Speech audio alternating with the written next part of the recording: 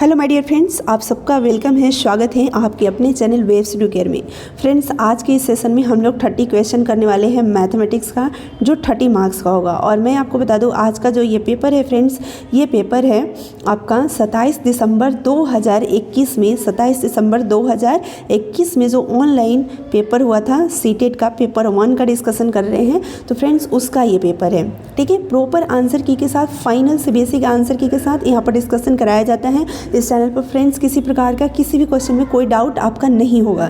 तो चलिए सेशन को स्टार्ट करते हैं, लेकिन उससे पहले एक छोटा सा रिक्वेस्ट करना चाहूँगी कि अगर आप चैनल पर पहली बार या चैनल को सब्सक्राइब नहीं किए हैं तो प्लीज़ आप कर लीजिए। अगर थोड़ा सा भी आपको लगता है कि इस वीडियो से हमें हेल्प मिल रही है तो फ्रेंड्स, आप वीडियो को लाइक करना मत भूलिएगा और दोस्तों में शेयर करना मत भूलिएगा, क्योंकि बहुत सारे ऐसे आपके फ्रेंड्स होंगे, हमारे भी फ्रेंड्स हैं, जिनको दोस्तों कहाँ से हम क्वेश्चन पेपर को डाउनलोड करिए, प्रीवियस ईयर का क्वेश्चन पेपर डाउनलोड करिए, आंसर की डाउनलोड करिए, कैसे मैच कराए, ये चीज़ें उन्हें नहीं पता है। अगर पता भी है तो इतना टाइम उनके पास नहीं है, क्योंकि अब बहुत कम समय बचा है सीटेट के प्रिपरेशन के लिए। तो इसलिए फ्रेंड्स, उनके लिए मुझे लगता है कि ये चैनल या ये वीडियो दोस्तों हेल्प कर सकता है।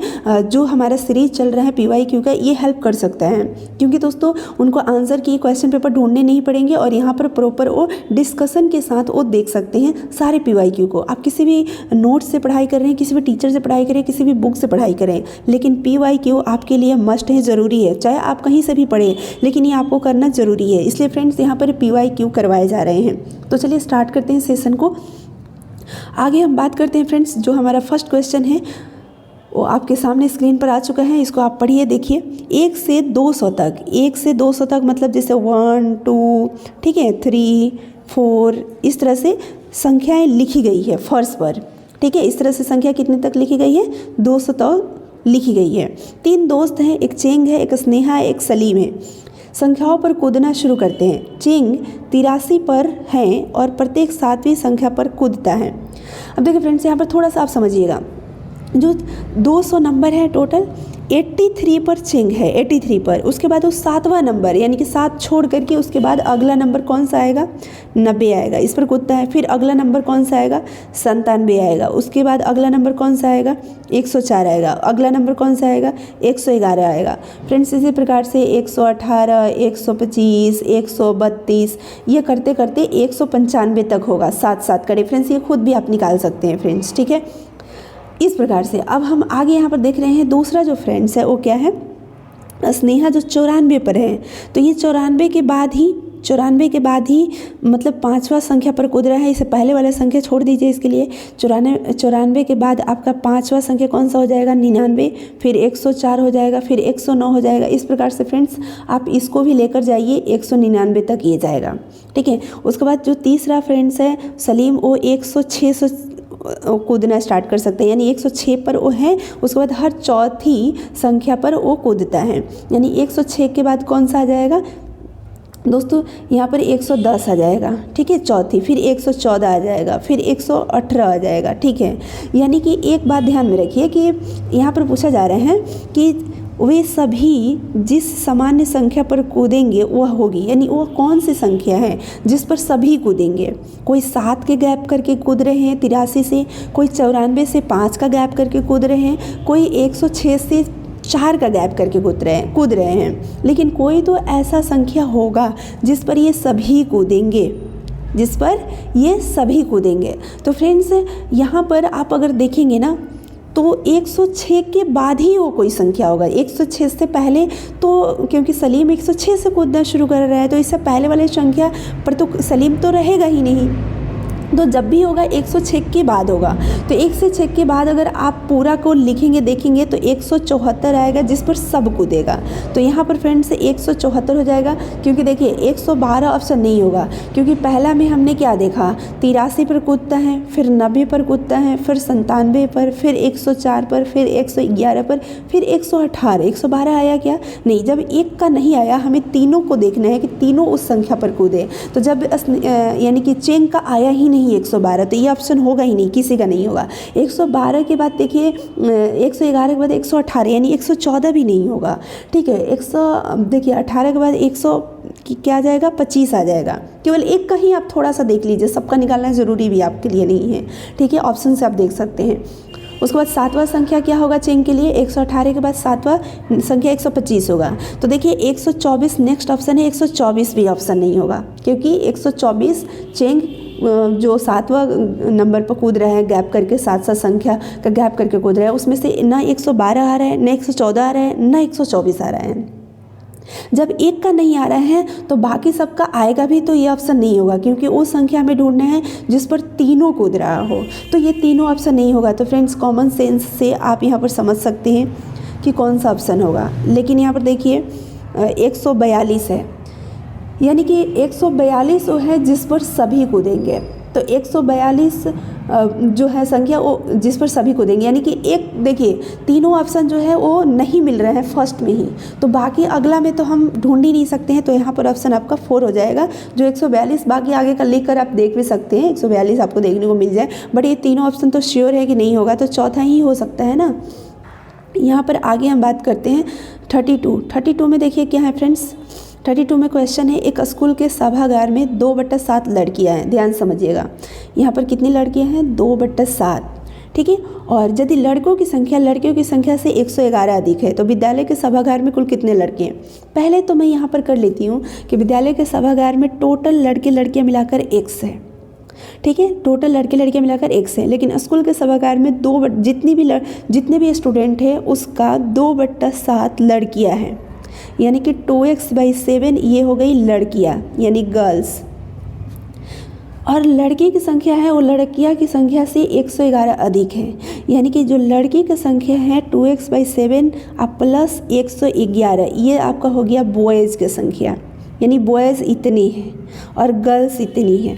इन दोनों को मिला दीजिए ना, इन दोनों को मिलाइएगा तो क्या होगा फ्रेंड्स, यहाँ पर 2x/7 लड़कियाँ हो गई और प्लस 2x/7 प्लस 111 ये लड़के हो गए और ये लड़कियाँ हो गई। लड़कियाँ मिलाकर कितने हैं, X है, हमने माना, ठीक है। जैसा क्वेश्चन बोला वैसा हमने कर दिया। अब देखिए यहाँ पर 2x प्लस 2x और plus 7 divided by 7 equal to x, ये हम कर सकते हैं। कैसे, हमने एलसीएम 7 ले लिया, देखिए 111 के नीचे 1 है, तो यहाँ पर 1 और 7 में डिवाइड करेंगे तो 7 से 111 में इंटू कराएंगे तो 777 हो जाएगा, ठीक है। यहाँ पर 2x कितना हो जाएगा, 4x हो जाएगा और प्लस 777 इक्वल टू 7x। देखिए 7x 4x को उधर ले जाइए तो 777 7x माइनस 4x तो कितना हो जाएगा 3x। देखिए 3x equal to 777, 3x equal to कितना आ गया 777। यहाँ से अगर आप कट करेंगे तो यहाँ पे फ्रेंड्स कट करने के बाद आपका आ जाएगा 259, ओके, यानी x का वैल्यू आ गया 259। बट ये तो टोटल लड़के लड़कियाँ का संख्या है ना 259, बट हमें क्या निकालना है, कुल कितने लड़के हैं। तो देखिए भाई लड़कियों का संख्या निकाल लीजिए, लड़कियां कितनी हैं 2x/7 है, ये लड़कियां हैं, यानी 2 × 259/7। तो ये अगर आप कट करते हैं तो ये 37 से कट होगा और ये इंटू कराएंगे तो 74 लड़कियाँ हो गई। जब 74 लड़कियाँ हो गई तो इसमें 11 जोड़ दीजिए, लड़के 111 जोड़ दीजिए, लड़के की संख्या आ जाएंगे, यानी 74 प्लस 111 अगर आप जोड़ते हैं तो 100 यहाँ पर फ्रेंड्स 85 ये लड़के की संख्या है, जो आपका चौथा ऑप्शन राइट ऑप्शन हो जाएगा। आगे हम बात करते हैं 33 में क्या है, 97 में कितनी इकाई हैं। देखिए जिसका भी इकाई पूछ रहे हैं ना तो 1 से डिवाइड करना है, दहाई अगर पूछेगा ना तो 10 0 से ऐसे डिवाइड करना है, ठीक है। 100 अगर पूछेगा ना कितने 100 हैं तो इसमें आपको 100 से डिवाइड करना है, लेकिन इकाई पूछा मतलब 1 से डिवाइड करना है। और 97 में जिसमें पूछेगा उसमें दोस्तों 1 से डिवाइड कर दीजिए तो कितने आएगा 97 ही आएगा, ऑप्शन 97, यानी इकाई अगर पूछेगा किसी भी संख्या में तो वही संख्या हो जाएगा उसका आंसर, ऑप्शन 3 हो जाएगा। हम 34 की बात करें तो देखिए एक विभाजन के प्रश्न में भाजक, देखिए फ्रेंड्स यहाँ पर पूछा गया है जो भाजक है वो भागफल का 6 गुना है, शेषफल का 2 गुना है। मैं यहाँ पर शेषफल 6 दे दिया है तो और आसान हो गया। देखिए शेषफल कितना है 6 है, 6 हो गया शेषफल, और शेषफल का 2 गुना है, 2 गुना मतलब 6 दूनी 12, ये हो गया आपका भाजक। और भागफल का 6 गुना है, भागफल का कितना गुना है, 6 गुना। इसका मतलब भागफल कितना है, 2, तभी तो 2 छक्का 12, 6 गुना ये हो जाएगा। ठीक है, तो ये तीनों आपका निकल गया, भाजक निकल गया, भागफल निकल गया और शेष तो दिया हुआ था। ठीक है, क्योंकि शेषफल का 2 गुना दे दिया था हमारा भाजक, तो 2 गुना यानी कि 12 हो गया, और भागफल का 6 गुना यानी भागफल यानी 2 होगा, तभी तो 2 का 6 गुना 12 होगा। तो संख्या क्या है, ये संख्या क्या होगा, तो ये सिंपल सा आप लोग पढ़े होंगे, भाजक इंटू भागफल प्लस शेष। ये फार्मूला आपको याद होगा बचपन से आप पढ़े होंगे। तो फ्रेंड्स यहाँ पर क्या है, 12 इंटू 2 प्लस 6 कर दीजिए, तो 12 दूनी 24, 36 ऑप्शन आपका हो जाएगा फर्स्ट, यानी कि ऑप्शन फर्स्ट आपका राइट ऑप्शन हो जाएगा। आगे हम बढ़ते हैं, नेक्स्ट हमारा जो क्वेश्चन है 35 में देखिए यहाँ पर जो क्वेश्चन है वो है 4 अंकों की सबसे छोटी संख्या। बहुत ही ईजी क्वेश्चन है। 4 अंकों की सबसे छोटी संख्या क्या हो जाएगा, 100। देखिए फ्रेंड्स, छोटी संख्या अगर पूछेगा 0 बैठाना है, 4 अंक का तो 1 2 3 4 यानी 3 0 बैठाना होगा। जितना अंक का पूछेगा उसे 1 कम 0 लगाना होगा। ठीक है, और 2 अंकों की सबसे बड़ी संख्या 9 हो जाएगा, मतलब जितने अंक का पूछा जाएगा उतने 9 आपको कर देना है। 3 अंक का तो 999, 4 अंक का 499, इस तरह से आपको करना है। तो इन संख्या का अंतर ज्ञात कीजिए, यानी कि छोटी संख्या हो गई 4 अंक की, बड़ी संख्या 2 अंक की, इसका अंतर निकाल दीजिए सिंपल सा।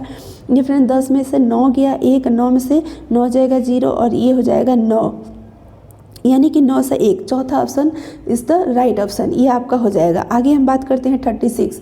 अब देखिए 36 में जो आपका क्वेश्चन है वो ये है, सिंपल सा फ्रेंड्स, इसको आपको देखना है।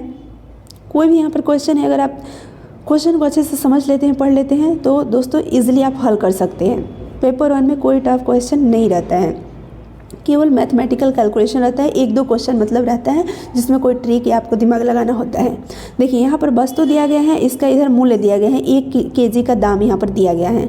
अब रामू जो है 250 ग्राम आंवला खरीदता है, 3/4 ग्राम बैगन खरीदता है, 1 किलो भिंडी खरीदता है, यहाँ पर आपका हो जाएगा 2 दूनी के 4, 5/2 किलो आलू खरीदता है, और ये हो जाएगा 3/2 किलो टमाटर खरीदता है, और 3/2 किलो यहाँ पर प्याज खरीदता है। ठीक है, और वो 400 रुपया देता है दुकानदार को, तो दुकानदार कितने रुपये वापस देंगे। तो सबसे पहले सबका प्राइस जोड़ लीजिए। ठीक है, 250 ग्राम आंवला का दाम कितना हो जाएगा, 120 रुपये kg अगर आंवला है तो 30 रुपया आपका हो जाएगा आंवला का दाम। ठीक है, उसके बाद देखिए 3/4 इंटू 3/4 किलो बैगन है और बैगन का दाम 60 रुपये है, तो 3/4 इंटू 60 कर दीजिए, प्लस तो यहाँ से हो जाएगा तो कितना आपका हो जाएगा 15 चौके 60, 15 तिया 45, ये आपका 45 हो जाएगा, यानी 30 + 45। ठीक है, आप निकालते चलिए, हम निकाल करके जोड़ते चल रहे हैं। देखिए फ्रेंड्स, तो आपका हो गया 30 प्लस हो गया 45। ठीक है, अब आगे देखिए, ये आपका हो गया 30 और दूसरा आपका हो गया 45। अब नेक्स्ट आप देखिए, नेक्स्ट क्या है, 1 kg भिंडी, 1 kg भिंडी का दाम कितना हो जाएगा 45, तो 45 जोड़ दीजिए सिंपल। उसके बाद नेक्स्ट आपका क्या है, 2 दूनी 4, 5/2 kg आलू, तो आलू का दाम कितना है 38, तो 5/2 इंटू 38 करेंगे, ये 17 नहीं आपका 19 दूनी 38, तो 19 × 5 = 95 रुपया हो गया ये आपका। ठीक है, उसके बाद 3, ये देखिए 2 × 1 + 1 यानी कि 3/2 kg टमाटर, तो 3/2 इंटू टमाटर का दाम कितना है 42 इंटू 42, तो टमाटर का निकाल लीजिए, यानी कि 1 kg का दाम दिया है और 3/2 kg आपने खरीदा, इंटू करा दीजिए सिंपली, 21 दूनी 42, 21 × 3 = 63, तो प्लस 63 कर दिए यहाँ पर। उसके बाद देखिए 3.2 kg फिर प्याज, यहाँ पर 3/2 kg, क्योंकि 1 यहाँ पर दिया है तो इसको इंटू कराते इसको जोड़ते हैं, तो 2 × 1 2 + 1 3/2 kg।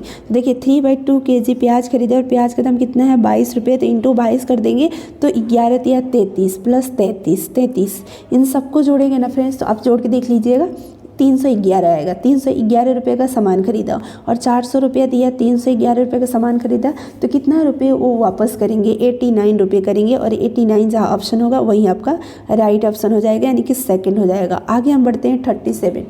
देखिए 37 में क्या है फ्रेंड, नेक्स्ट हमारा क्वेश्चन 37, इनमें से कौन सा शब्द आधा घुमाने पर भी वही पढ़ा जाएगा। देखिए आधा घुमाने का मतलब जैसे ये जूम है, ठीक है, जूम, तो इसको आधा घुमाएंगे तो ये एम जो है डब्ल्यू बन जाएगा, ओ वही रहेगा, और ये ऐसे जेड बन जाएगा।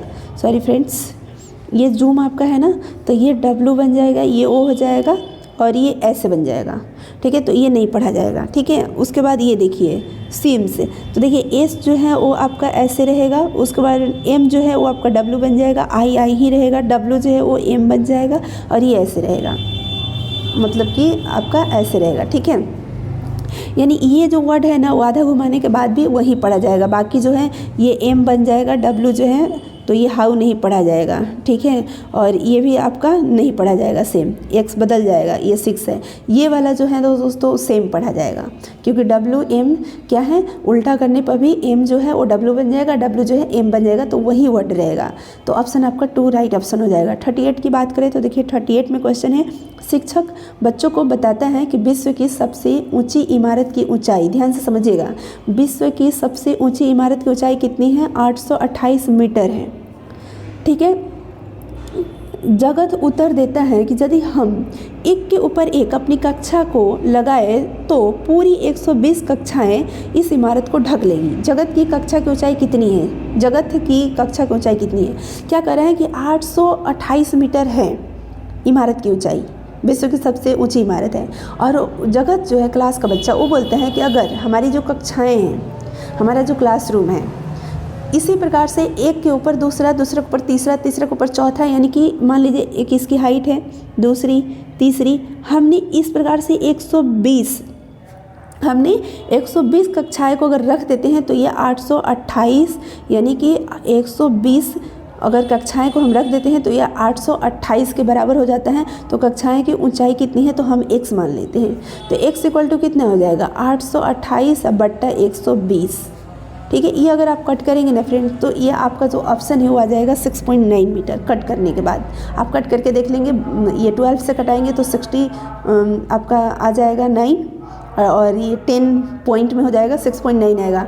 ये तो आपको खुद कट करने आता है, आप कट कर लेंगे, ठीक है। तो 2 ऑप्शन आपका हो जाएगा। आगे हम बात करते हैं 39 में देखिए फ्रेंड्स, क्वेश्चन हमारा क्या है, रीता ने 3 मीटर 40 सेंटीमीटर की सबसे लंबी कूद लगाई, ठीक है। 3 मीटर 40 सेंटीमीटर, यहाँ पर आपको थोड़ा सा बस ध्यान देने की ज़रूरत है इस क्वेश्चन में। 3 मीटर 40 सेंटीमीटर, तो 340 सेंटीमीटर हम कर लेते हैं, सीधा मीटर को हटाइए, 340 सेंटीमीटर। सबसे लंबी कूद लगाई, तनु दूसरे स्थान पर है और उसकी कूद जो कूद है रीता से 20 सेंटीमीटर कम है, यानी कि भाई रीता का अगर 340 है तो तनु का क्या होगा, 320 सेंटीमीटर होगा, 20 सेंटीमीटर कम है। रिहाना तीसरे स्थान पर है क्योंकि उसकी जो कूद है ना तनु की कूद से केवल 5 सेंटीमीटर कम है, यानी तनु की कूद से इसका 5 सेंटीमीटर कम है, यानी कि 315 सेंटीमीटर है। किसका, यानी कि रिहाना का। अब कह रहे हैं रिहाना कितने सेंटीमीटर से पहले स्थान से चुक गई, यानी कितना सेंटीमीटर अगर और कूदती कि ये फर्स्ट आ जाती, यानी पहले स्थान पे आ जाती। तो देखिए यहाँ पर 340 में से आप 315 को माइनस कर लीजिए, यहाँ पर 25 सेंटीमीटर से वो चुक गई, 25 सेंटीमीटर, यानी थर्ड ऑप्शन आपका राइट ऑप्शन हो जाएगा। आगे हम बात करते हैं 40, जो क्वेश्चन हमारा 40 है, इसमें देखिए 8 सेंटीमीटर लंबाई और 6 सेंटीमीटर चौड़ाई का एक आयत बनाने के लिए 2 सेंटीमीटर भुजा वाले कितने वर्ग की आवश्यकता होगी। भैया 8 सेंटीमीटर इंटू 6 सेंटीमीटर ये क्षेत्रफल एक आयत का हो गया, और ऐसा आयत बनाने के लिए 2 सेंटीमीटर भुजा वाला यानी कि 2 इंटू 2 इसका एरिया हो जाएगा, यानी आयत का क्षेत्रफल। अब आई स्क्वायर का क्षेत्रफल कर दीजिए, तो 2 चौका 8, 2 3 6 4 3 12, यानी कि चौथा आपका ऑप्शन राइट ऑप्शन हो जाएगा। 12 के स्क्वायर चाहिए तब आप 8 सेंटीमीटर लंबाई और 6 सेंटीमीटर चौड़ाई वाले एक आयत बना पाएंगे। अब देखते हैं क्वेश्चन नंबर 41 में है 1 मीटर का 3/4 बराबर है। भाई 1 मीटर में 100 सेंटीमीटर होता है, 100 सेंटीमीटर का 3/4 भाग निकालेंगे, 25 चौक 100, 25 तिहाई 75, 75 सेंटीमीटर, ऑप्शन आपका 2 हो जाएगा। बहुत सिंपल है। 42 की अगर हम बात करें तो देखिए यहाँ पर 42 है, रिंकू रोज़ स्कूल पहुँचने के लिए साइकिल का प्रयोग करते हैं। यदि वो 6 किलोमीटर प्रति घंटा की चाल से स्कूल पहुँचने में 13 मिनट लगाते हैं तो उसके घर और स्कूल के बीच का अंतर बताइए। सिंपल से भाई है, 13 मिनट में कितना दूरी तय करेगा, तो 6 किलोमीटर पर आवर के हिसाब से वो चल रहा है, ठीक है। तो 6 किलोमीटर पर आवर, तो इसको आप मीटर पर सेकंड में बदल दीजिए, तो मीटर पर सेकंड कितना हो जाएगा 5/18, ठीक है। तो क्षेत्रीय 18 यानी कि 5/3 मीटर पर सेकंड, यानी कि 1 सेकंड में वो चल रहा है 5/3 मीटर। तो 13 मिनट को आप सेकंड बदल दीजिए, तो इसमें 60 से इंटू करा दीजिए, तो इतने सेकंड में कितना मीटर चलेगा, तो 5/3 इंटू 13 इंटू 60, ठीक है। तो यहाँ पर कटेंगे तो 20 तिहाई 60, 20 25 100, 100 इंटू 13 इंटू 1300, यानी कि 1300 आपका हो जाएगा। ठीक है, यानी कुछ नहीं करना है आपको, किलोमीटर पर घंटा में दिया है ना, तो आप मीटर पर सेकंड में बदल लिए, यानी 1 सेकंड में 5/3 मीटर चल रहा है, तो 13 मिनट में कितना चलेगा भाई? 13 मिनट को सेकंड में बदलिए, क्योंकि सेकंड में हमारा आया है। ठीक है, तो 13 मिनट को सेकंड में बदलने के लिए 60 से इंटू करा दीजिए, तो 5/3 मीटर अगर 1 सेकंड में, तो 13 इंटू 60 सेकंड में कितना, तो इसे इंटू करा दीजिए और ये निकल कर आ जाएगा 1300 मीटर। आगे हम बात करते हैं 43। देखिए 43 में क्वेश्चन आपसे पूछा गया है 2 - 2 + 2 - 2 + 2 - 2 डॉट डॉट n का मान क्या होगा, डॉट डॉट n का मान क्या है, यानी कि यहाँ पर n का मान 0, जब n एक सम है। देखिए n जब सम होगा तो इसका वैल्यू 0 होगा, क्यों? क्योंकि 2 - 2 + 2 - 2 + 2 - 2, ठीक है, और ये सम अगर होगा तो इसका मतलब ये 0 + 0 + 0 यानी कि 0 होगा, यानी ऑप्शन आपका फर्स्ट ही सही होगा, तो आगे जाने की ज़रूरत ही नहीं है। आगे हम बात करते हैं नेक्स्ट 44 में। 44 में जो आपका क्वेश्चन है क्या है, अनीस मेले में बेचने के लिए एक पूरी बाल्टी नींबू पानी बनाता है, उसके पास एक बाल्टी, एक छोटा गिलास और एक बड़ा गिलास है। देखिए फ्रेंड्स, यहाँ पर क्वेश्चन को थोड़ा समझ लीजिए। अनीस मेले में बेचने के लिए एक पूरी बाल्टी, मतलब पूरा बाल्टी भर कर नींबू पानी बना लेता है। एक बाल्टी उसके पास, एक छोटा गिलास, एक बड़ा गिलास, ये 3 चीज़ मात्र उसके पास है। बाल्टी में उसके पास 20 लीटर 250 मिलीलीटर क्या है, और 400 मिलीलीटर नींबू पानी आ सकता है, जिनमें क्रमशः 20 लीटर 250 मिलीलीटर 400 मिलीलीटर नींबू पानी आ सकते हैं। अच्छा, यहाँ पर दिया है एक बाल्टी है, एक छोटा गिलास है, एक बड़ा गिलास। देखो बाल्टी में 20 लीटर, बाल्टी में 20 लीटर पानी है, और 250 मिलीलीटर जो है क्रमशः दिया, मतलब क्रम से समझना है। छोटा गिलास में 250 मिलीलीटर, बड़ा गिलास में 400 मिलीलीटर आएगा। ठीक है, यदि अनीस ने मेले में 45 छोटा गिलास 21 बड़ा गिलास नींबू पानी बेचता है, तो बाल्टी में कितना नींबू पानी बचेगा? सिंपल क्वेश्चन है फ्रेंड्स। यहाँ पर 20 लीटर दिया है, तो 20 लीटर को मिलीलीटर में बदलिए, 1000 से इंटू करा दीजिए, 20,000 ये मिलीलीटर उसका पानी टोटल है। ठीक है, 45 छोटा गिलास, यानी छोटा गिलास में कितना आ रहा है 250 मिलीलीटर इंटू 45 गिलास बेचा, प्लस 400 मिलीलीटर बड़े वाले गिलास में आ रहा है, और बड़े वाले गिलास में 21 गिलास बेचा, तो टोटल कितना बिक गया उसका? तो यहाँ पर आप इंटू कराइए। यहाँ पर अगर आप इंटू कराते हैं तो 250 से इंटू 45 और प्लस आपका 21 इंटू 400, ये इंटू कराएंगे तो 1000 यानी कि 19,650 हो जाएगा, 19,650 मिलीलीटर हो जाएगा। इतना वो बेच दिया, और उसके पास कितना था 20,000 ml था, तो बचा कितना 350 ml उसका बच जाएगा, 350 ml, यानी कि आपका ऑप्शन थर्ड आपका राइट ऑप्शन हो जाएगा। ठीक है, तो इसमें फ्रेंड्स कुछ आपको नहीं करना है, इसमें केवल करना है 45 छोटा गिलास बेचा है, छोटे गिलास में 250 ml आ रहा है, इंटू करा लीजिए छोटे गिलास में कुल कितना ml बिका, और 21 बड़े गिलास उसका बिका है, तो उसमें 400 मिलीलीटर आ रहा है, तो 400 इंटू 21 कर लीजिए और इसको जोड़ लीजिए, टोटल इतना उसका बिक गया नींबू पानी, और 20,000 ml था, तो उसमें से माइनस कर लीजिए, आपका आंसर निकल कर आ जाएगा। नेक्स्ट हम देखते हैं फ्रेंड्स अब क्वेश्चन नंबर 45। ठीक है, 45 में देखते हैं। 45 में जो आपका क्वेश्चन है वो कह रहा है कि 10 वर्ष बाद मनीषा की आयु उसकी 6 वर्ष पूर्व की आयु की 5 गुनी हो जाएगी। अब देखिए, सबसे पहले वर्तमान आयु पूछ रहा है तो x मान लिया जाता है। ठीक है, अब 10 वर्ष बाद मनीषा का आयु क्या होगा भाई, x + 10 हो जाएगा, 10 साल और बड़ी हो जाएगी। अगर अभी वो 10 साल की है तो 10 साल बाद 20 साल की हो जाएगी, यानी अगर वर्तमान आयु को हमने x माना तो 10 साल बाद उसकी एज कितनी हो जाएगी, x + 10 हो जाएगी, और 6 वर्ष पहले उसकी आयु कितनी होगी, x - 6 होगी। 6 साल अब भी जितनी साल की है उससे 6 साल कम होगी, 6 साल पहले की अगर बात करें तो।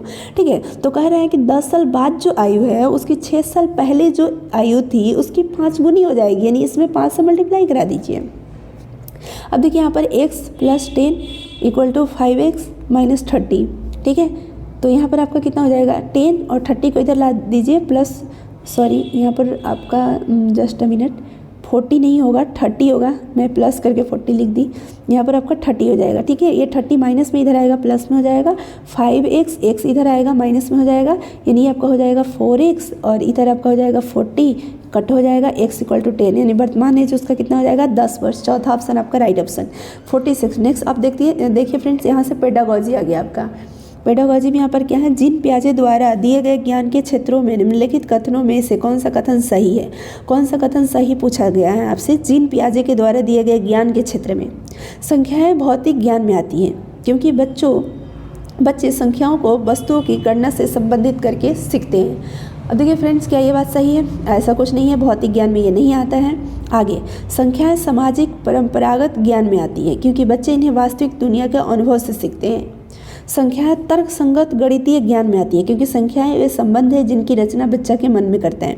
ये आपका राइट ऑप्शन हो जाएगा, क्योंकि जो संख्याएं हैं ना वो गणितीय ज्ञान से आती है। ठीक है, ये परंपरागत ज्ञान, भौतिक ज्ञान ऐसा कुछ भी नहीं है, सांस्कृतिक ज्ञान नहीं है, ये गणितीय तर्क संगत गणितीय ज्ञान में आती है। संख्या जो नंबर्स जो होते हैं, इसलिए आपका जो ऑप्शन है वो थर्ड ऑप्शन सही हो जाएगा। नेक्स्ट जो आपका क्वेश्चन है वो है 47 में देखिए, एक शिक्षिका अपने छात्रों को विभिन्न भुजाओं के माप वाले वर्गों के कट आउट लेती है। क्या लेती है? एक शिक्षिका अपने छात्रों को विभिन्न भुजा के माप वाले वर्ग के कट आउट को लेती है। मतलब किसी का सब वर्ग ही है, देखिए सब वर्ग ही है, कोई बड़ा है कोई छोटा है, किसी का भुजा छोटा है किसी का भुजा बड़ा है। वो उनको ग्राफ पेपर पर वर्गों को रेखांकित करने और रेखांकित वर्ग खानों को गिनने के लिए भी कहती हैं। साथ ही छात्रों को उनके द्वारा रेखांकित किए गए खानों की संख्याओं और भुज की लंबाई के बीच संबंध को स्थापित करने के लिए कहती है। निम्नलिखित विधियों में से कौन सी विधि का उपयोग अध्यापिका कर रही है? अगर ऐसा क्वेश्चन बच्चे को दे रही है, ऐसा एक्टिविटी करवा रही है, तो कौन सा विधि का उपयोग कर रही है? आगमन विधि, व्याख्यान विधि, निगमन विधि, प्रयोगात्मक विधि, यानी कौन सा विधि का वो इस्तेमाल कर रही है? तो देखिए, आगमनात्मक विधि, पहले वो वर्ग पढ़ाना चाहती है तो पहले वो एग्जाम्पल के थ्रू यानी सब चीज़ों से एक्टिविटी कराकर उसे मतलब बताना चाहती है। ठीक है, एग्जाम्पल, जो एग्जाम्पल टू रूल हम जाते हैं ना, एग्जाम्पल टू जो रूल जाते हैं उसको आगमनात्मक विधि आगमनात्मक विधि बोलते हैं। ठीक है, तो ये आपका ऑप्शन फर्स्ट हो जाएगा। 48 में देखिए क्या है, गणित के शिक्षण और अधिगम में प्रौद्योगिकी के प्रयोग के बारे में निम्नलिखित में कौन सा कथन सही है? प्रौद्योगिकी का उपयोग गणित के अध्यापक के महत्व को कम कर देता है। ये बात सही लग रहा है आपको क्या? मुझे नहीं सही लग रहा है फ्रेंड्स। प्रौद्योगिकी गणित नहीं है, ये केवल गणित को करने की एक विधि, ये बात सही है। प्रौद्योगिकी जो टेक्नोलॉजी है वो गणित थोड़ी हो सकता है, ये केवल गणित को करने की क्या है? विधि है, बिल्कुल। तो राइट ऑप्शन आपका 2 हो जाएगा। बाकी आगे के ऑप्शन को पढ़ सकते हैं। प्रौद्योगिकी के प्रयोग के कारण छात्र पर्याप्त प्रश्नों का अभ्यास नहीं कर पाएंगे, निगेटिव ये वर्ड हो गया। देखिए यहाँ पर कम हो जाएगा, खोज करने का क्षेत्र कम हो जाएगा, प्रौद्योगिकी के उपयोग से गणित में अन्वेषण और खोज का क्षेत्र कम हो जाएगा, ये भी निगेटिव है। तो आपका जो राइट ऑप्शन है वो क्या है फ्रेंड्स? 2 हो जाएगा। आगे हम बात करते हैं 49 आपका जो क्वेश्चन है वो देख सकते हैं यहाँ पर क्या है। एक प्राथमिक कक्षा गणित के अध्यापक ने योग पर आधारित निम्न 2 शाब्दिक प्रश्न श्यामपट्ट पर लिखे। योग मतलब जोड़ से रिलेटेड वर्ड प्रॉब्लम होता है ना, इस तरह से वो व्हाइट बोर्ड, ब्लैक बोर्ड, जो भी आप मान लीजिए, श्यामपट्ट मतलब कि आपका ब्लैक बोर्ड होता है, उस पर वो लिखे। एक थैले में 11 गेंद है और दूसरे में 14 गेंद है, कुल मिलाकर कितनी गेंद है? ऐसा उन्होंने लिखा वर्ड में। एक खिलौना कार का मूल्य 245 रुपये है, यदि मूल्य में 50 रुपये की वृद्धि हो जाए तो खिलौना कार का नया मूल्य क्या होगा? इस तरह से उन्होंने क्वेश्चन दिया। देखिए इसमें भी एडिशन है, इसमें भी एडिशन है, लेकिन थोड़ा सा ये अलग तरीके से क्वेश्चन हो गया पहले वाले से, है ना। छात्र, अब ये निम्न कथनों में से कौन सा कथन उपरोक्त 2 शाब्दिक प्रश्नों के पूछे जाने के उद्देश्य को प्रदर्शित करना, मतलब किस उद्देश्य से ये क्वेश्चन पूछा गया है, ये आपको बताना है। छात्र गणितीय योग की संरचना को समझने में और योग की अवधारणा का उपयोग विभिन्न परिस्थितियों में पहचानने में सक्षम होनी चाहिए। मुझे तो फ्रेंड्स ये मतलब जो ऑप्शन है वो राइट लग रहे हैं, क्योंकि उद्देश्य क्या है कि वो योग की अवधारणा को समझे या अलग अलग परिस्थिति में भी वो पहचाने कि इस परिस्थिति में भी हम योग ही कर पाएंगे, जोड़ना ही है, किस परिस्थिति में जोड़ना है, इस परिस्थिति को भी वो समझ पाए, ये है। बाकी आगे के ऑप्शन को समझ सकते हैं, देख सकते हैं। छात्र योग और व्याकलन के शाब्दिक प्रश्नों के बीच अंतर करना। देखिए यहाँ पर माइनस की तो कहीं बात ही नहीं की गई, ये गलत ऑप्शन है। योग पर दी गई केवल 2 परिस्थितियाँ हैं प्राथमिक स्तर पर। अब देखिए ये 2 परिस्थितियाँ जो दी गई है केवल यही पर्याप्त है, इससे ज़्यादा और हम नहीं दे सकते हैं, नहीं। इसके अलावा भी और हम परिस्थितियाँ क्रिएट कर सकते हैं बच्चे के सामने जो योग से रिलेटेड हो। तो थर्ड ऑप्शन भी आपका रॉन्ग ऑप्शन है। दिए गए शाब्दिक प्रश्नों का लक्ष्य केवल शाब्दिक प्रश्नों में विविधता का योगदान देना, तो ये भी देखिए गलत है। यानी सबसे बेस्ट अगर आप चारों ऑप्शन को ढंग से भी पढ़ते हैं ना, तो आपके दिल से खुद आवाज़ आएगा कि जो ऑप्शन फर्स्ट है वही राइट ऑप्शन है। चलिए फ्रेंड्स आगे बढ़ते हैं। क्वेश्चन नंबर 50 में क्या है, राष्ट्रीय पाठ्यक्रम रूपरेखा 2005 का विचार है कि विद्यालय में गणित उस स्थिति में होता है जहाँ विद्यालय में गणित उस स्थिति में होते हैं जहाँ छात्र प्रश्नों का हल पेपर पेंसिल तकनीक से करने में सक्षम है। बिल्कुल गलत है, जहाँ पेपर पेंसिल तकनीक आएगा निगेटिव टैग वर्ड है, इसको आप काट दीजिएगा, ये सही आंसर नहीं होगा। गलत आंसर अगर आपसे पूछा जाएगा, नहीं अगर आपसे पूछा जाएगा तो हो सकता है, लेकिन सही जो पूछा जाएगा तो ये निगेटिव टैग वर्ड है, ये नहीं होगा। सूत्रों और कार्यविधियों पर ध्यान केंद्रित करते हुए छात्र गणित पढ़ रहे हैं। सूत्र, कार्यविधि, ये फ्रेंड्स नहीं होगा। सूत्र यहाँ पर ला दिया, फार्मूला वगैरह ऐसा पर केंद्रित करना, ये सब चीज़ें जो हैं वो भी आपका निगेटिव टैग वर्ड है। छात्र गणित को अपने जीवन के अनुभव के भाग जैसा देखते हैं और वे अर्थपूर्ण प्रश्नों को प्रस्तुत और हल करते। सबसे बढ़िया, जहाँ पर जीवन के अनुभव, बाहरी दुनिया से ज्ञान को जोड़ना, बाहरी मतलब ज्ञान को, बच्चे के ज्ञान से विद्यालय में जो ज्ञान प्राप्त किया जा रहा है उससे जोड़ना, ये सब चीज़ें क्या है, पॉजिटिव है। ठीक है, तो ये आपका पॉजिटिव टैग वर्ड है, यही आपका आंसर होगा। गणित की परीक्षा में छात्र सफलतापूर्वक प्रदर्शन करते हैं, तो इसके लिए ऐसा कुछ भी नहीं है, तो आपका थर्ड ऑप्शन राइट ऑप्शन हो जाएगा। आगे हम देखते हैं 51 में क्या है, गणितीय खेल और पहेलियाँ सहायता करती हैं। देखिए, गणितीय खेल और पहेलियाँ किस में सहायता करती है, गणित और रोज़मर्रा के विवेचन के बीच संबंध स्थापित करने में सहायता करती है। अब देखिए, बच्चों को गणित के प्रति सकारात्मक अभिवृत्ति के विकास में सहायता करती है। क्या ये बात सही है? देखिए, फर्स्ट तो आपका फ्रेंड सही है, रोज़मर्रा के विवेचन के बीच संबंध स्थापित करने में सही करती है, क्योंकि जो पहेली वगैरह अगर हम बच्चों को सिखा करके, बता करके, और हम अगर मैथ सिखा रहे हैं तो बच्चे अपनी लाइफ में जो भी चीज़ें देख रहे हैं उससे वो रिलेट कर पाते हैं, तो चीज़ों को ईजिली सीख पाते हैं, तो ये राइट ऑप्शन है। सेकंड क्या है, बच्चों को गणित के प्रति सकारात्मक अभिवृत्ति के विकास में सक्षम करते हैं। हाँ, ये पॉजिटिव अभिवृत्ति, ये भी पॉजिटिव है। अध्यापक का कार्य कम करना, देखिए कार्य कम करना है ना, हल करने की एक रास्ता को समाप्त करना, ऐसा कुछ भी नहीं। काम क्यों कम होगा भाई, ये भी नहीं होगा। कक्षा में अनुशासन बनाए रखना, ये भी नहीं। केवल फर्स्ट और सेकंड ऑप्शन आपका राइट ऑप्शन 2 हो जाएगा, जिसमें फर्स्ट एंड सेकंड है। आगे हम देखते हैं 52 में देखिए क्या है, प्राथमिक स्तर पर पैटर्न यानी प्रतिमान। पैटर्न आप समझ रहे होंगे, पैटर्न वाला जो क्वेश्चन होता है, प्रतिमान एक महत्वपूर्ण गणितीय अवधारणा है, क्योंकि प्राथमिक स्तर पर पैटर्न जो हम पढ़ाते हैं बच्चों को, उसकी अवधारणा जो है वो महत्वपूर्ण है। क्यों है?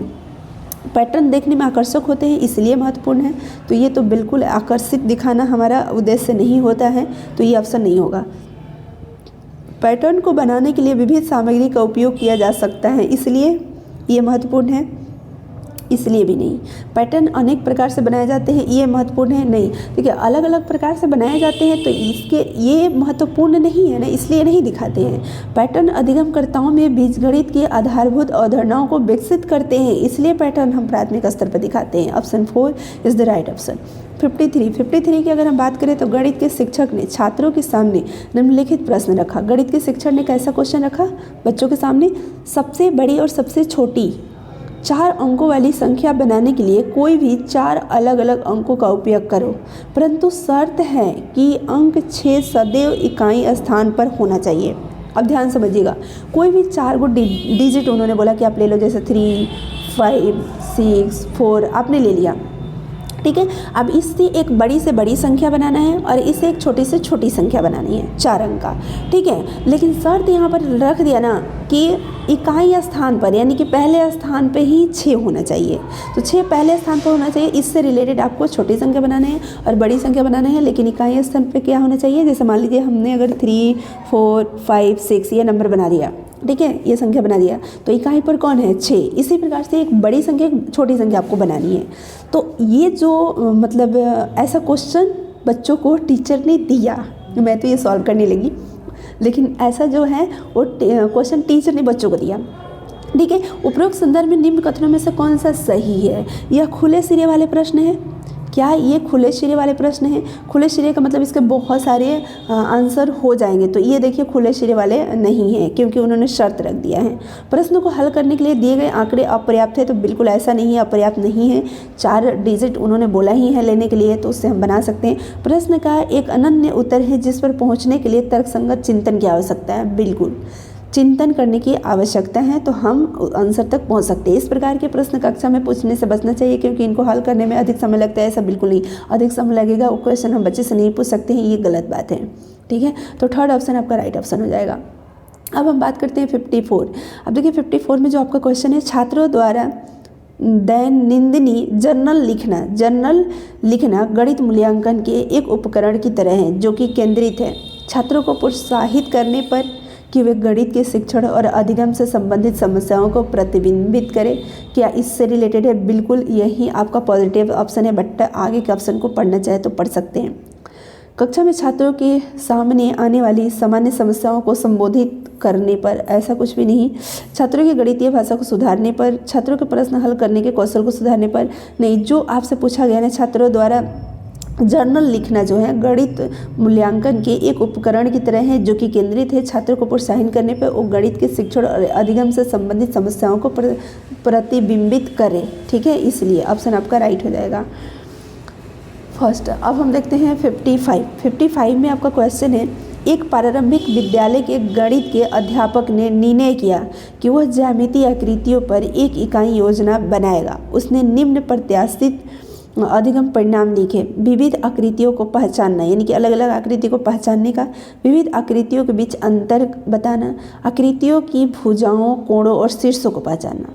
निम्नलिखित में से वैन हीले के ज्यामितीय चिंतन से कौन से स्तर पर वह छात्रों का आकलन करेगा? यानी छात्र वैन हीले का जो आपने ज्यामितीय चिंतन स्तर पढ़ा होगा फ्रेंड्स, मैथ्स में आप जरूर पढ़ लीजिएगा। एक क्वेश्चन यहाँ से हर बार पूछा जाता है, हर पेपर में। तो छात्रों का आकलन वो किस स्तर का वो आकलन करना चाहता है? क्योंकि देखिए यहाँ पर विविध आकृति को पहचानने की बात की गई है, विविध आकृतियों के बीच अंतर बताने की बात की गई है, विविध आकृतियों भुजाओं के बीच भुजाओं, कोणों और शीर्षों को पहचानने की बात की गई है। तो फ्रेंड्स यहाँ पर निगमनात्मक स्तर ये नहीं होगा, स्वयं सीधी स्तर, दृश्यकरण, विश्लेषण होगा। यहाँ पर आपका क्या हो जाएगा? विश्लेषण, क्योंकि वो क्या कह रहा है कि पहले वो पहचानेगा, फिर दोनों में क्या करेगा? अंतर बताएगा, आकृतियों के बीच अंतर बताना है, इसलिए यहाँ पर विश्लेषणात्मक हो जाएगा। तो ये आपका राइट ऑप्शन हो जाएगा फोर्थ। आगे हम बढ़ते हैं नेक्स्ट, हमारा 56, क्वेश्चन नंबर 56।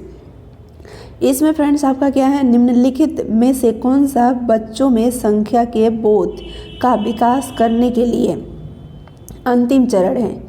संख्या का बोध का विकास करने के लिए अंतिम चरण, संख्याओं के क्रम का अधिगम, यानी संख्याओं का अगर हम क्रम सिखा रहे हैं बच्चों का, तो क्या ये संख्याओं के बोध का विकास करने के लिए अंतिम चरण है? क्रम सिखा देंगे तो नहीं फ्रेंड्स, ये अंतिम चरण कैसे वाला हो सकता है?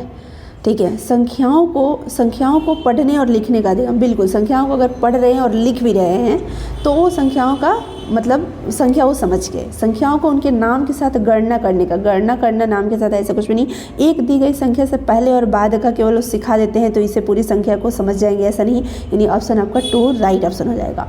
ठीक है, अब आगे बढ़ते हैं 57। इसमें आपका क्वेश्चन है, एक शिक्षक ने बच्चों को निम्न अधिन्यास दिया। ठीक है, निम्न अधिन्यास दिया। अधिन्यास क्या है?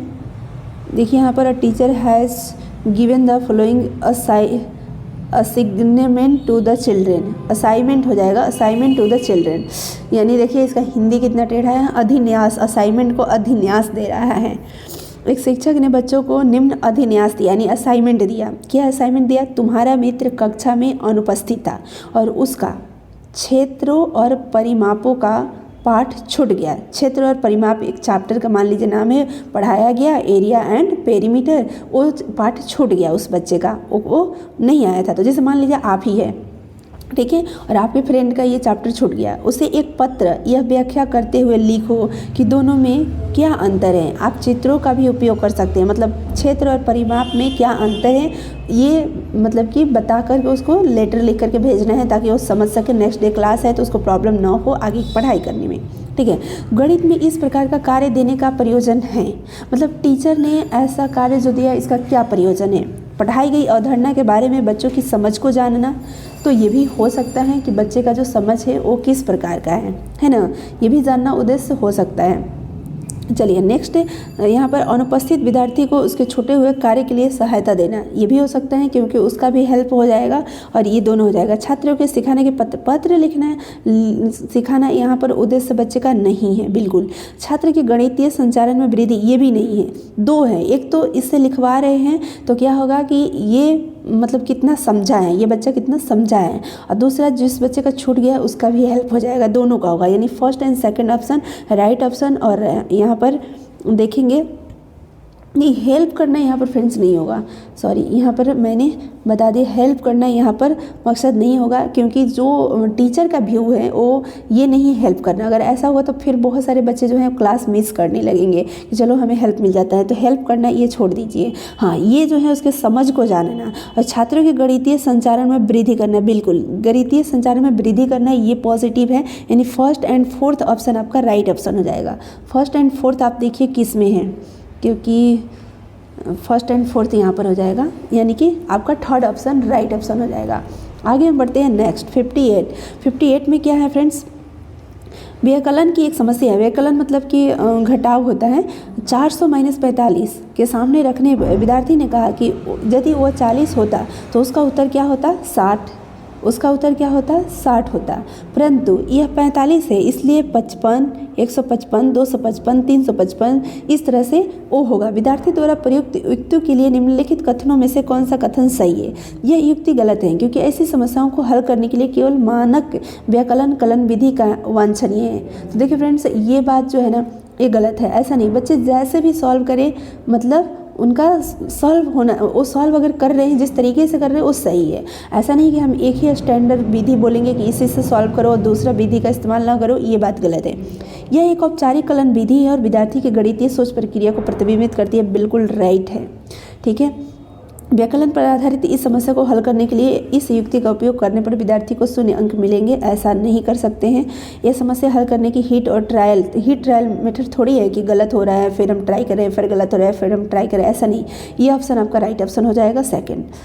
और लास्ट हमारा जो क्वेश्चन है, अब लास्ट नहीं सेकंड लास्ट, 59 में क्या है, निहाल को गणित की एक परीक्षा में 78 परसेंटाइल अंक मिले, यह निम्न में से किस प्रकार के परीक्षण का उदाहरण है। अब देखिए 78 परसेंटाइल मिला है, तो ये किस तरह का परीक्षण का उदाहरण है। मानदंड संदर्भित, मानक संदर्भित, निदानात्मक, अभिक्षमता। तो फ्रेंड्स यहाँ पर आप देख सकते हैं मानक संदर्भित परीक्षण का ये एग्जाम्पल है। आगे हम बात करते हैं क्वेश्चन नंबर 60। तो 60 में देख सकते हैं क्या है आपका क्वेश्चन, त्रिआयामी आकृतियों के संकलनात्मक विकास को दर्शाने के लिए निम्नलिखित क्रियाकलापों का क्रम दिया गया है। ये आकृतियाँ एक यादृच्छिक क्रम में हैं। 2 आकृतियों की तुलना करना और पहचानना कि उनमें क्या समानताएं हैं और असमानताएं हैं। खेलने वाली चिकनी मिट्टी से त्रिआयामी आकृतियों की रचना करना, जाल के प्रयोग से आकृतियाँ बनाना, ज्यामितीय उपकरण जैसे कि प्रकार रेखनी के प्रयोग से आकृतियाँ की रचना करना। तो फ्रेंड्स यहाँ पर देखिए, मतलब क्रम आपको बताना है, पहले कौन होगा, उसके बाद कौन होगा, उसके बाद कौन होगा। तो सबसे पहले देखिए एक्टिविटी, खेलने की वाली चिकनी मिट्टी से त्रिआयामी आकृति की रचना करना। पहले मिट्टी से आप बना लो, बनाकर देख लो, है ना, पहले सेकंड हो जाएगा। उसके बाद क्या है, 2 आकृतियों की तुलना करना। पहले 2 को हम बना लेंगे मिट्टी से, उसके बाद तुलना करेंगे और हम पहचानेंगे, देखेंगे किस में समानताएं हैं और किस में असमानताएं हैं, यानी कि सेकंड के बाद फर्स्ट, सेकंड फिर फर्स्ट। ठीक है, उसके बाद यहाँ पर जाल के प्रयोग से आकृति, फिर जाल के प्रयोग से आकृति बनाएंगे और ज्यामितीय उपकरण जैसे कि, फिर उसके बाद हम प्रकार से बनाएंगे फाइनली। ठीक है, तो यानी कि second first third fourth, second first third fourth option आपका फर्स्ट ही में मिल गया, आप बाकी आगे देखने की ज़रूरत ही नहीं है। तो ये दोस्तों आपका 30 क्वेश्चन हो गया, 30 मार्क्स का मैथ्स का, जो कि 27 दिसंबर 2021 में ऑनलाइन पेपर हुआ था सीटेट का पेपर 1, उसका हमने डिस्कशन किया। तो फ्रेंड्स अगर थोड़ी सी भी आपको ये हेल्पफुल लगी होगी वीडियो तो आप लाइक करना, कमेंट करना मत भूलिएगा। नेक्स्ट फ्रेंड्स आप कमेंट करके ज़रूर बताइएगा कि ये जो मतलब सेशन है आपके लिए हेल्पफुल है या नहीं। अगर हेल्पफुल है तो इस सेशन को आगे मैं और कंटिन्यू रखूँगी सारे पेपर।